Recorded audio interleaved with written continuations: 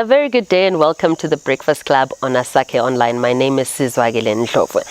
At the current moment, we've just sent our children back to school. It's exam time, and most of us are flustered and worried about whether our children are going to be able to get through this phase because they've just come out of lockdown and they've just gone straight into exam, saying it's the third term. With me to have a chat about exam preparation and getting your children and yourselves ready as caregivers and parents is Mrs. Bongani Huni. She is a teacher and an educational consultant and also known as Madame Huni. Bonjour, Madame. Bonjour, mademoiselle. Did I say the bonjour right? Because I know... Nearly there, no problem. We also offer extra French lessons, so it's no problem. Yeah, okay. So, Bongani, you're a teacher and an educational consultant. Yes. Tell us more about the educational consultant side, what you do and all the other stuff, and your brief history as well. Okay, so I've been teaching 21 years, and the advantage that I think I have is that I'm both a parent and a teacher. So my three areas of sort of expertise or that I look at is career guidance, where there's a career assessment. We do study skills and we do exam preparation. And this came about really when I was frustrated and shouting at my child, getting ready for exams. And I just thought, you know what, this causes such tension. Why not have somebody who can come in and help out? So this is really where I come in terms of coming to offer you somebody to help you get organized, stop the fighting about are you ready, are you studying. We take a look at your child's personality and the body clock. So you find that sometimes your child wants to sleep in the morning on a Saturday. And it's like, wake up and study. But the natural clock is that just your child has been studying throughout the night. I find that interesting because, for example, I'm like, yeah, my mother would wake us up. So obviously I got some certain parenting skills like, no, wake up and study. And you find my child has like weird times. She might want to study in the afternoon when everybody's not there. And so you look at things like that to help walk us through addressing that. Definitely. And I like the fact that you've brought that up because our children of this generation, the millennials, as you'd like to call them, they prefer to work when there's less distraction, where they're not being called and where they're not being supervised, where people are not looking at them. They're quite conscious.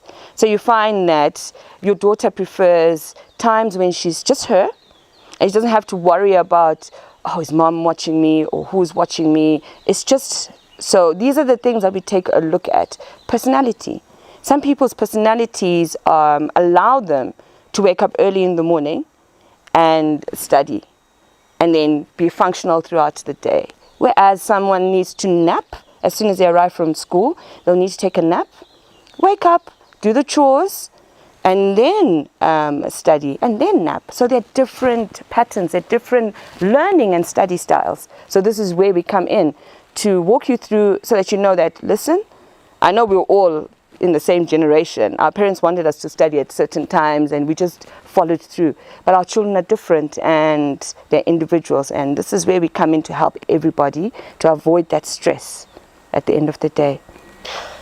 So is it too late now? Because I know, for example, exams have started, different types of exams. You've got your O-levels, your A-levels and everything else. I know Izimsek is coming up as well. For exam preps, is it too late now? When would be the ideal time to give you a call to say, hey, we're in the midst of exams, or is there a time limit? What's your take? I just believe that it's never too late. The minute you feel that you're panicking, or you see that your child is stressed and falling off the rails, look at Osaka, the tennis player. She was under so much pressure. We've seen this in the Olympics, people bowing out of competition. You don't want a situation where your child is in the middle of her exams or his exams and has a big meltdown and just doesn't want to do anything anymore. Once you see that's happening, you can call us. We come in, we sit together, I help you through, understand what is stressing the child, help them get organized. Maybe their notes are everywhere. They've got their notes. They've been for the extra lessons. They're feeling the pressure. So sometimes it's just the pressure. How do they deal with the pressure? How do they deal with the stress? So that we allow them to carry on and complete their exams relatively well and do well because they've worked so hard. You know, I'd really like to commend the students who have been studying online for a year and a half and are now facing exams. So it's really volatile.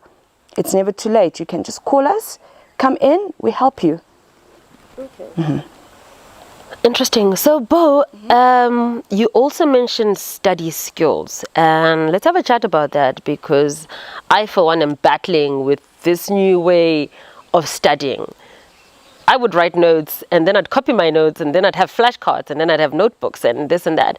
And this study skill and of online things, and I'm lost. I understand, you know, and the fascinating thing, because both my husband and I have studied when we were older, I used to marvel at the way, how on earth does he sit and study a whole book and write notes? I'm very different, because my study skills or my character, I am more of an audio-visual learner. So I need to see and hear things at the same time. I use a lot of color. I use flashcards. So there's more than one way. So there are actually 12 ways to study.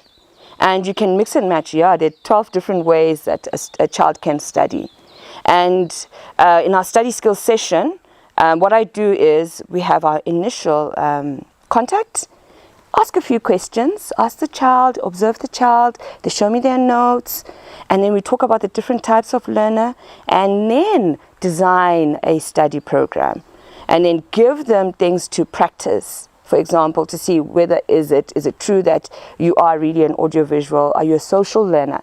Some people are social learners. So what does that mean? They would benefit more or the most if they had a friend. Like a study group, a small study group of 4 friends, and they test each other, and you give them past papers to do, and they give them the mark scheme. They mark the questions for each other, type of thing. When you're able to pick out somebody's mistake, you're learning. So there's so many different ways in which the students can study. And they feel frustrated, because I had one client saying, my child keeps getting the same mark for this subject.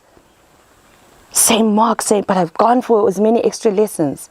You can have as many extra lessons as you want. If the learning style or the teaching style is not to the child's benefit, nothing will happen, nothing will change. So in all this, it's not just about the child, it's also the parent being educated, as it were, because you're saying 12 learning styles. I thought I was a rather well-versed person about certain things, and a whole 12 learning styles. So you're presenting something new to parents as well. What has been the response to your package? You know what? Initially, people were a little bit, okay, who is she? Type of thing, because I've been out of the country for 2 years, and I've just come back again.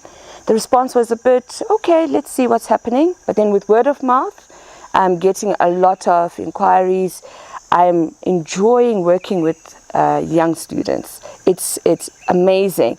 But also, I've seen that working with the parents and working with whoever is in charge of the child is amazing, so that everybody is not on edge and panicking.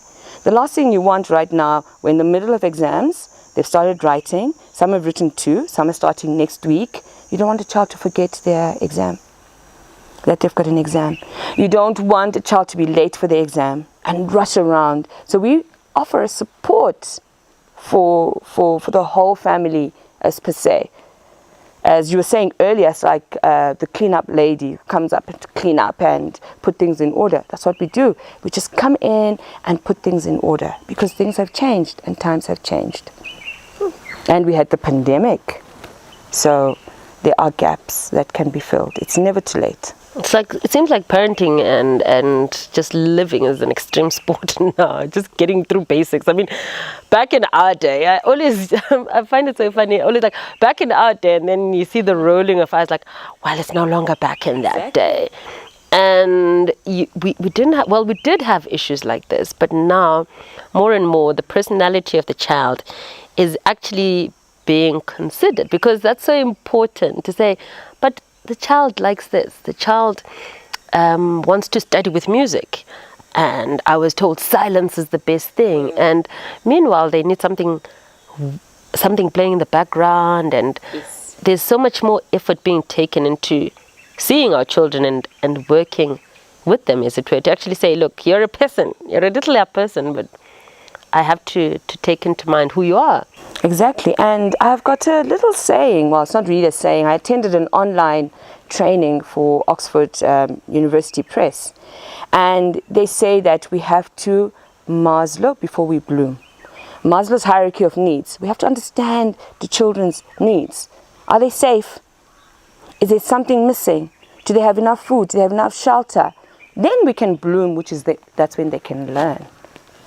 So you must Maslow before you bloom, type of thing. So we have to Maslow for the children. I thought it was just me Maslowing for the adult, the caregiver, because I'm the one who has to do the shelter, provide, blah, blah, blah. So they have to be Maslowed as well. Yes, the children, you have to make sure that the children are feeling safe.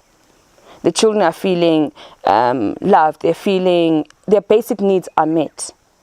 Then that's when, that's why when we have the initial, the initial contact, ask questions like, which subjects do you like? What does your mom want you to be? What does your dad want you to be? What do you want to be? Often is, I don't know. But often the mom and dad know exactly what the child wants to be. So we try and bridge the gap and help the child understand what they want to be, what they could be. Through all the four are quite linked. Mm-hmm. So you mentioned that as a consultant you deal with the exam preparations, which you've discussed, and study skills, and you also mentioned career guidance. Tell me about that. When I was at school, I wanted to be a pilot. I know. I wanted to be a pilot, and then I realized I had to do maths and physics, and I thought, oh, okay, no, wait a minute, no. And then I wanted to be, I don't know what I wanted to be in the end. So our career assessment, it uses your natural body clock, it uses your personality, and it uses a job search. And it comes up with the top 4 areas that would suit you as an individual. So a child will know, roughly, maybe I can be a business person. Maybe I can be in tourism, maybe I can be in IT, maybe I can be in art and beauty. So that comes up. And then for each section, you get about 10 possible jobs. Then you click on that, and it shows you how to get there. And it uses the UK as a basis, but you could use the same thing for South Africa and for Zimbabwe. I mean, in Zimbabwe, we've got amazing universities and tertiary education centers, colleges, UZ, Africa University. So it will tell you what route you can follow, which one best suits you and your qualifications. You find someone saying, oh, my child didn't pass, but they've got 2 E's and a D for A-level. We can find something for them. We can find an apprenticeship for them. They don't need to continually repeat and repeat. There's something for everybody. And it's just finding the one thing that... Finding the one thing, and it's okay. We keep moving forward. Let's keep moving forward. It's okay. Maybe you didn't get quite what you were expecting. And then we see from the assessment, is this the route you should be going? So your body clockwork will tell you, are you a morning person, evening person, afternoon person? So it will tell, okay, you want to be a teacher, but here it says you're not a morning person. So you would struggle in the mornings. So that whole career assessment brings that up. Because, there were some teachers were always late. No matter what happened, you knew that teacher is just... Exactly. So possibly their personality is one that is good to work with young minds and young children, but maybe not in a school setting. Maybe there could be a great psychologist or something like that allows flexi hours. Some people struggle with insomnia, and you find that then an 8 to 9 job is not best for them. So they would need something that is flexible and that will allow them to, thrive within their own body clockwork and personality. So Bongani, what age range do you target in each of the different things you've mentioned in the career guidance, study skills and exam preps? Is there a specific age group you look at, or it's just open for everybody? With the career guidance, because I've partnered with a South African company and UK psychologists, our target market is 14 to 24. Why? 14, you're in Form 2 and you're doing subject choices for Form 3. So that's when the assessment comes in and we help you pick your subjects. 16, you're in Form 4, same thing. You're picking subject choices for lower 6 and upper 6. Then after your school, 18, 19, 24, some people are confused. They don't know which universities to go to, or they're really clever and they've been accepted and they've got 5 degree programs to choose from. So our assessment will bring up your top 4 and we can narrow down and find the perfect university for you. 24, 23, you're already in the middle of university. Maybe you want to change your program, or you're thinking of doing a different subject for your honors degree. So this is where we come in. So our career assessments are for 14 to 24. Our study skills really, as young as grade 6, 7. You don't want to overwhelm them. And that's why when I talk about study skills, I talk about between 4 to 6 sessions. I want to equip the child, give them time to put it into practice, check on them. They have access to us throughout. So once you do our assessment, you have access to us, we have access to the website forever. And so that they develop a habit, good habits. And also because at a younger age, the parents can also offer continuous support. And the exam preps, which? Exam preparation, ideally, exam preparation should have been done maybe 8 weeks before the exams start. But you can do it as we go along. Remember, as soon as you feel wobbly and you feel like the wheels are coming off, you can contact us. We come in, we chat. What's the problem? Where can we help? I found one big area is organization. The children have so many papers, so many past papers all over the place. Their work area is not conducive. So we help you tidy up, file your things, put your exam timetables in order. Each person who's responsible for you has an exam timetable. So we're like, oh no, Zwa, are you sure tomorrow you've got this? Do you have everything? And I believe in checklists.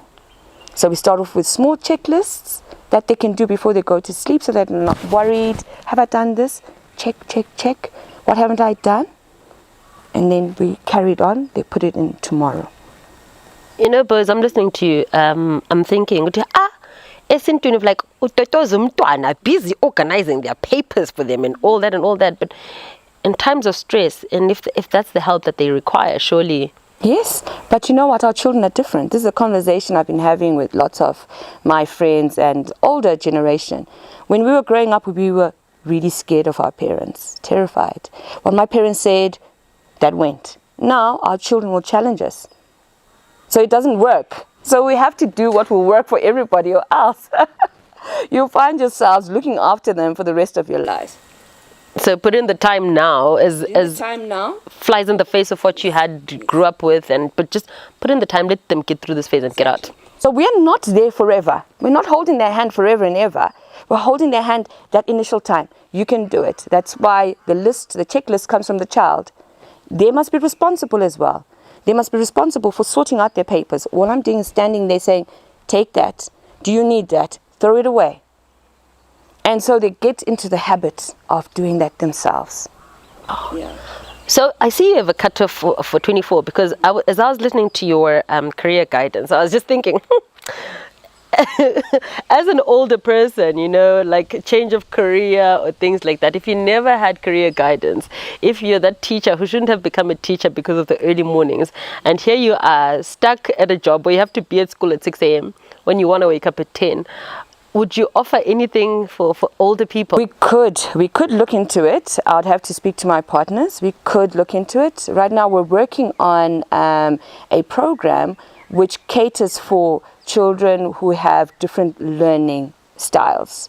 The children who need a little bit more help, who are not as maybe as academic, but maybe they'll be strong doing something, a trade or something like that. So we're working on an online assessment for them. So we could look into that. That would be something interesting to look into.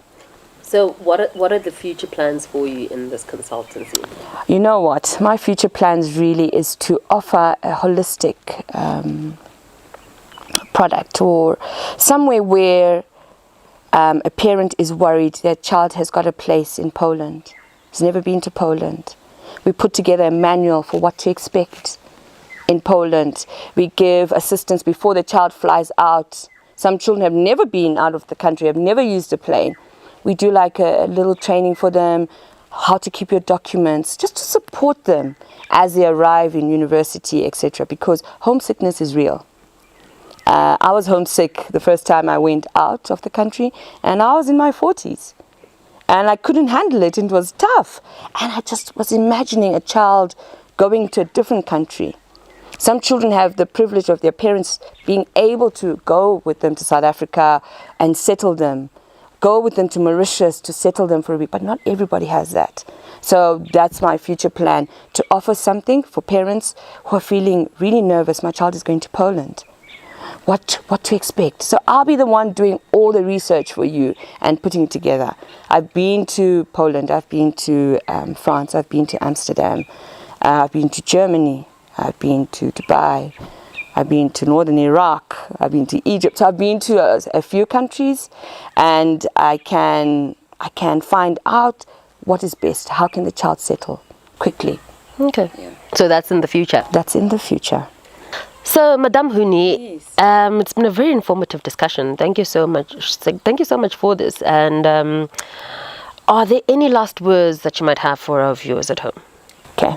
I hope this was really informative, and you shouldn't worry. You shouldn't get too stressed. We're there to help you.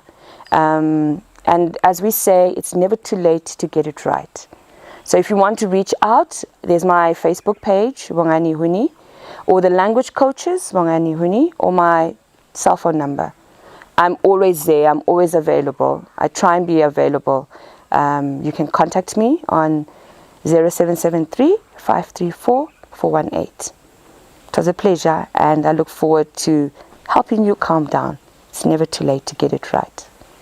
Thank you, Sizwakele. Thank you so much, Bongani. That was really informative. I think when parents now are raising their kids, they're also growing as well. And in this age especially, we're learning so much about our children, learning so much about ourselves as parents as well. And any assistance is greatly appreciated. You're welcome.